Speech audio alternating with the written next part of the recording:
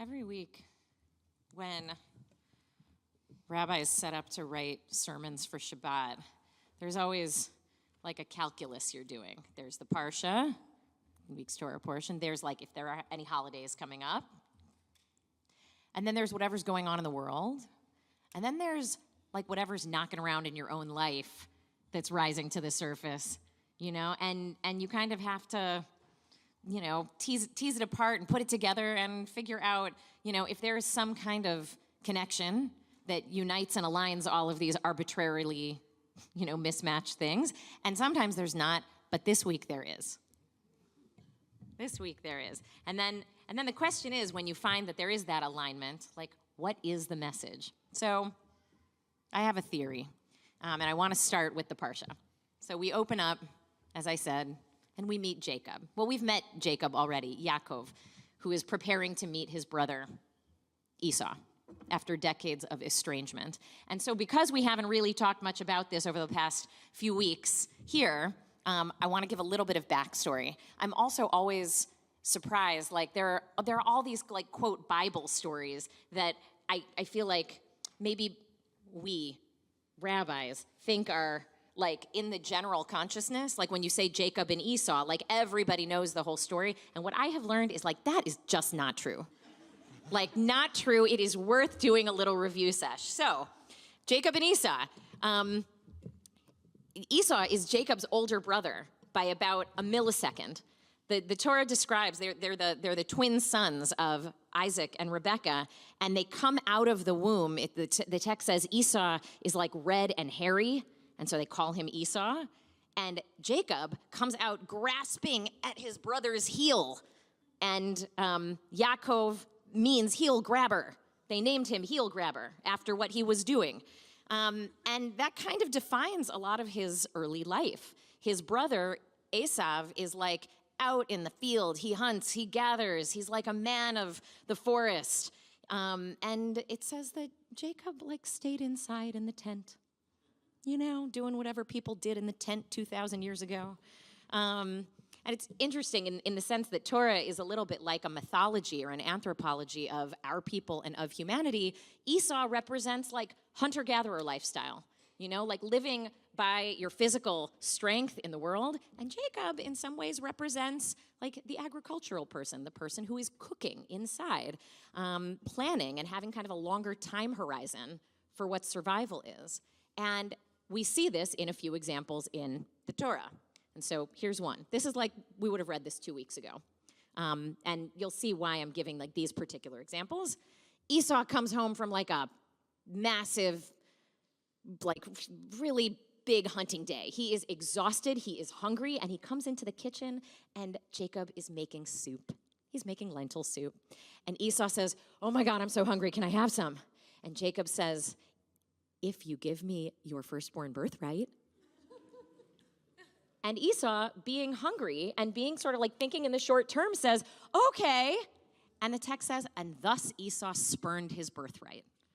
And he lives to regret this hasty decision, but it's been done. And like when a vow is made, when a blessing is given, these are a big deal in the Torah. They can't be retracted. That birthright is now Jacob's. Decades later, Esau is married. These kids are now adults. And they're over at their parents' house, and Isaac is not doing well.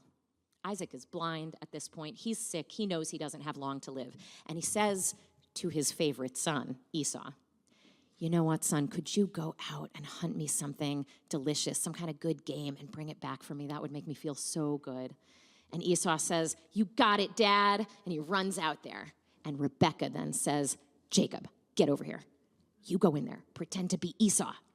You get the blessing that your father was going to give to your brother." And Jacob's like, "Mom." This is all in the Torah, by the way. It sounds like I'm embellishing or improvising, but actually, literally, like, read the story. This is what he's like, "Mom, Dad's totally going to know. Our voices are different. My brother is hairy. I am clean shaven. There's no way Dad will be fooled." And she's like, "Here, whoosh, here's a fur coat. Wear this.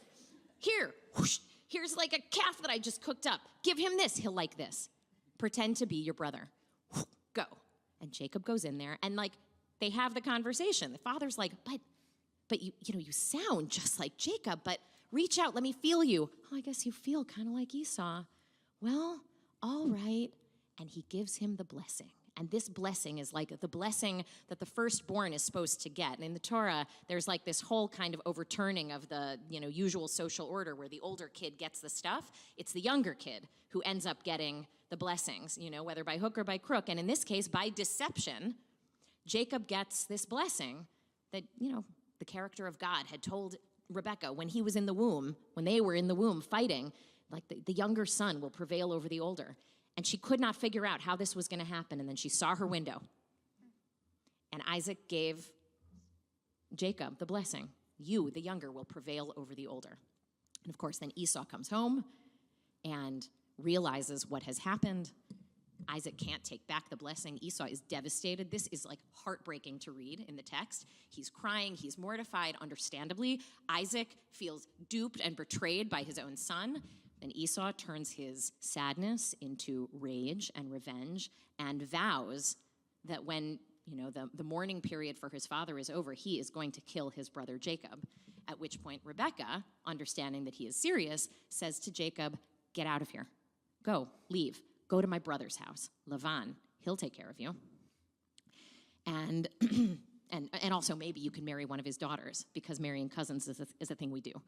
And that's what happens. He goes to Lavan. And we could talk about that whole thing for a second, but just, I wonder, for Rebekah, for Rebekah, the character, do you think it was worth it? Breaking up her whole family, to kind of engineer this prophecy, right? To control and lie to the people you love most, to try to create the outcome that you think is the right outcome. And what she's teaching her son, of course, her favorite son, what she is teaching him is the way to get ahead is to lie and trick and deceive even the people you love most, even the people who trust you, right? And then when the heat gets turned up, run away. And this is how Jacob, our ancestor, learns that the world works. This is his socialization. This is what shapes his life, lies.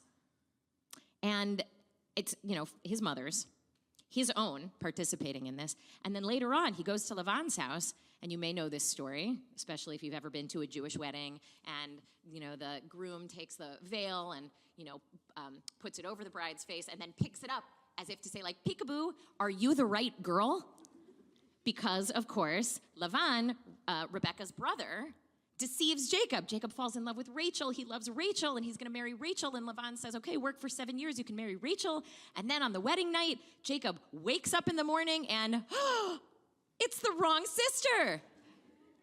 And then Lavan says, oh, but my goodness, it's not our custom in this place to marry off the younger before the older. Work another 7 years for me. And then you can marry the older one too.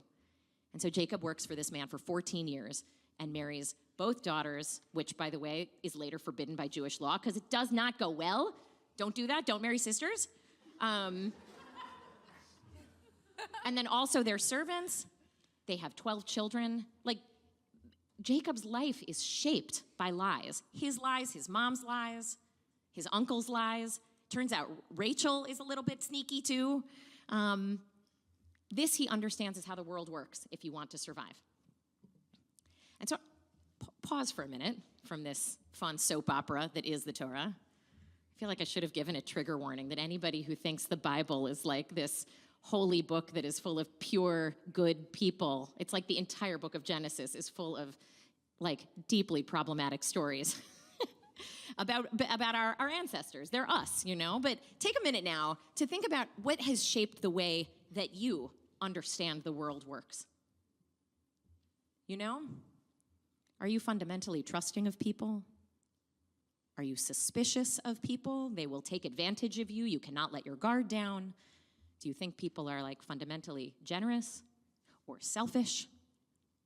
There's a line in this Taylor Swift song where she goes, this is how the world works. You gotta leave before you get left. And I'm like, oh my God, who taught you that's how the world works? That's not how I understand relationships. But I understand that is how some people understand relationships. And I want to, like, how does that happen? Like,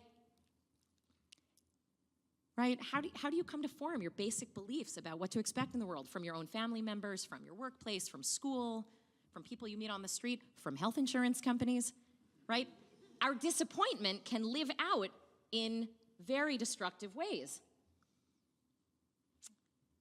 But some of that is just based on what we expect to be done for us or by other people. In any case, right, I tend to be the kind of person who like leaves my car on with the keys in it and all my stuff in it to go inside and grab my Starbucks order. But that's me. That's not Jacob. Now let's go back to the story here for a moment, because now I think I've like caught you up appropriately to Vayishlach, to this week's Torah portion. So Jacob is now decades out from this episode with Esau, where he stole his blessing. They have both grown wealthy. They've both grown big families. They've both grown big, herds of flocks and servants. And Jacob hears that Esau is coming to meet him with a retinue of 400 men.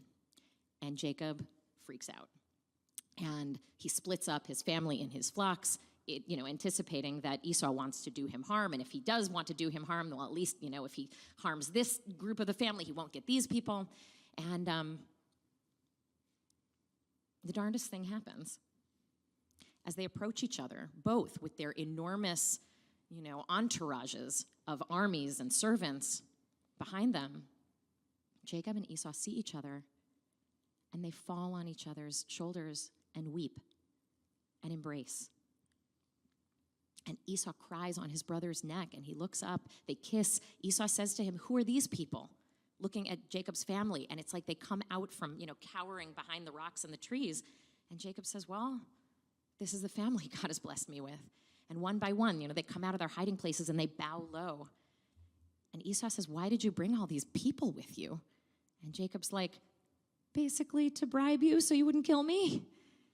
And then Esau says to him, "I have more than enough. I'm fine. Keep your stuff." And Jacob insists then, "No, you don't understand." He can't even believe this is happening. Seeing your face is like seeing the face of God. Please take what I'm offering you. And so Esau accepts. And then they have another argument, like, "You go first." No, you go first. No, okay, I'll go first, but you take some of my guys to take care of you because, you've got a lot of people and kids. And it's just like this sweet family moment. These brothers, despite a lifetime of Esau's very real and earned animus toward Jacob and desire for revenge, and then Jacob's fear, anger, suspicion, they have managed to transcend that into a moment of authentic and vulnerable encounter with the other, with their enemy. And it changes everything. It changes everything. And they were not being naive when they, sidled up to one another, right? They approached each other. They each had all their guys, their armies, their servants. But they allowed themselves to be open to the possibility that the story could change, that their story could change, that the future could change, that they could change, that the other could change, that the future could be different than the past. And it was. And they made it so. And they meet each other's wives and kids, and Jacob experiences this as a revelation, right? He says, to see you is to see the face of God. And I think that revelation is this revelation that cunning and suspicion and assuming the worst of people, assuming that everyone's out to get you, including your own family, for your own protection, it might have gotten him this far, but he realizes this is not how I want to live in the world anymore. Right? Or to quote a different Taylor Swift lyric, "Never be so kind, you forget to be clever, but never be so clever, you forget to be kind." And meeting Esau has shown him this. And Esau has changed from this vengeful brother to a generous and loving person. And perhaps, Jacob thinks, I can too. And the rest of the Parsha, and honestly, the rest of the book of Genesis, paints a picture of Jacob as a father who is growing older and wiser and learning to navigate the world with this strange new thing, integrity and honesty and moderation, while his children, and this is unfortunate, have already learned his life's lessons, how the world works, and they create chaos wherever they go, deceiving and bullying people, including in their own family. And we'll get to more of that next week. I want to invite you for just a second to reflect on something that you used to think was true. That maybe you grew up thinking this is how the world works.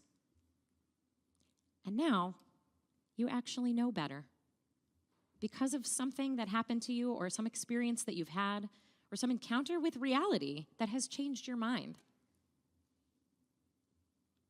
Take a second to think about it. We did this at a board meeting last night. I asked this question, and people had the most beautiful answers. Everyone's was different. What is a truth you know now that actually is, a shift different away from something that you thought was how the world worked growing up? I want to take a second and actually hear a few. Anybody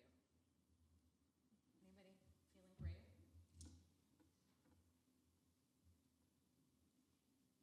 Pass this back to Joshua,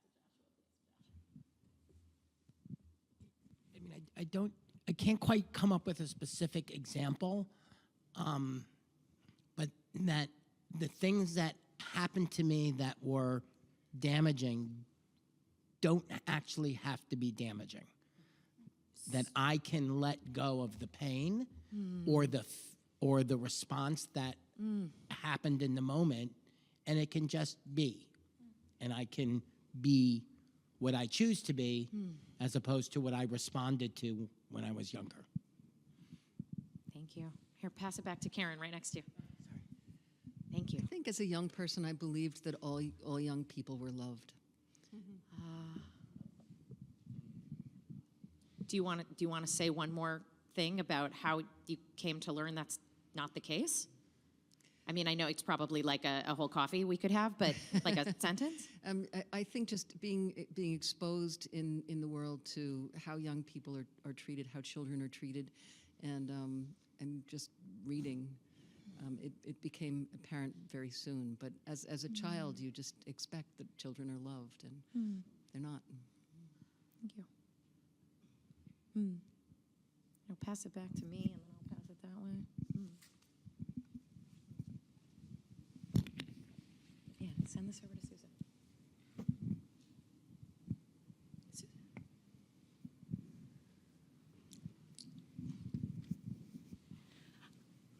I'll share that I used to think that life was very linear, that there was this path that you got on and you stayed on, and that was the way. And I feel like I've learned that life is very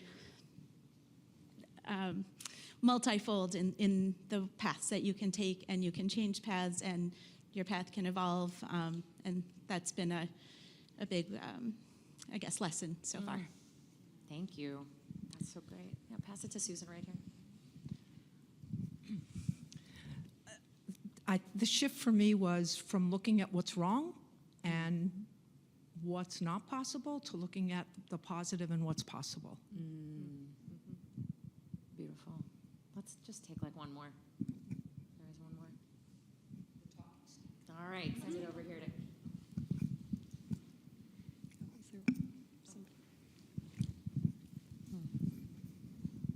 I think I grew up thinking that at the end of the day, I had to take care of myself. That was always going to be I was the one I could count on to take care of me. And then certain people who loved me taught me differently. Thank you. Beautiful. I feel like this is a good first date question. You know what I mean? Second date? I feel like maybe first date. And, if they earn a second date, you do it again. Because probably you have multiple answers to this question. Probably, that was one of a few answers you thought of. So maybe the second date is the thing that, you can't say on the first date. But these are so powerful. And it's so powerful to realize, we are shaped by all manner of forces, positive and harmful. And those do not have to define us forever. They just don't. We can evolve. And I think that's where Hanukkah comes in. So Hanukkah's coming up in just under 2 weeks. And if you ask any kid who learned in Sunday school what the miracle is, they'll say, after the Maccabees won the war, against who? I don't know. Where? I don't know, somewhere far away. In the temple. Where's the temple? Maybe they'll say Jerusalem. But what they do know is that there was a little cruse of oil in this defiled place that when they went in, they tried to light the lamp, and they knew there was only light for one day, there was only enough oil in the thing for one night, but the miracle was that it lasted 8 nights. And that's why to this day we light 8 nights of Hanukkah candles. Beautiful story, utter fiction. Don't tell the kids. In actuality, the original miracle of the Hanukkah story was that against the backdrop of oppression and persecution of Jews in Israel by the Syrian Greek ruling government led by King Antiochus, led by King Antiochus, which, by the way, you can't read about this in the Bible. Go looking in the Hebrew scriptures for the Hanukkah story, you will not find it. You have to go pick up a Bible with Apocrypha, and there you will find the Maccabees chapters, the stories of the Maccabees. You can go online now, obviously, and find it, but when I was in rabbinical school, I bought this enormous red volume. I have 17 Bibles in my house, but only one of them has the Maccabees in it. And you can read this story. And what King Antiochus did to Jewish people, to embarrass them, to shame them, to humiliate them, and to kill them, was cruel and disgusting. And so the Maccabean army, this little guerrilla fighter group, fought back. They fought back, and they were a smaller force. They were, they were less well trained, didn't have nice stuff. But at the end of a few years it took, this ragtag band of fighters defeated the Seleucid army and reestablished Jewish rule. And then the miracle at that time, was celebrating this unlikely military victory and the establishing of Jewish sovereignty in this space. So you can understand why the early state of Israel reclaimed the Hanukkah story, because it felt very resonant to that story. Here's the problem. The Maccabees might have been great warriors. They were not great statesmen. They could organize to fight against something, but once they were in power, they were only for themselves. They were just as corrupt and violent and despotic and cruel as their predecessors had been. And this time they did it to their own people. And it went from bad to worse, and within 100 years, this miracle crumbled. And the Roman army defeated and exiled the Jews from the land. Enter the Tisha B'Av story. So what do you do with an 8-day holiday that's all about celebrating a military victory once the military has been defeated? Right? Does the holiday go away? No. You hold on to the inspiration, you hold on to the light, and you change the story. And so after hundreds of years, the rabbis of the Talmud that wrote the story of Hanukkah, they said, my Hanukkah, what is Hanukkah? Because there was such a thing as Hanukkah. It existed, but they needed to justify it. They needed to give it a reason, a story. And so they offer up the story of the oil, the miracle of the oil. Maybe it's fiction. Maybe it's not fiction, but it's truth. And the truth is that as we light up lights in darkness, we remind ourselves that we can respond to reality around us. We can change our reality as well. We can realize the story we've been telling ourselves about our family, our country, Israel, this country, that might have gotten us this far is no longer working, and that we can adapt and change those stories and change the future. We have to, actually. We have to. Jacob did it. Esau did it. The rabbis who wrote our tradition did it constantly. And as a result, we have a more hopeful, resilient tradition that values peace as the ultimate achievement and embraces honesty and vulnerability as paths to healing. And we, too, have the ability to shed the lenses and stories that no longer serve us, that are no longer true, or maybe just no longer true in every situation. And each one of you has done this, maybe multiple times. We can move from a place of suspicion to authenticity. We can move from a place of fear to faith and maybe even trust, from isolation to partnership and allyship. We can move from being the victim to asserting our agency and reclaiming our power.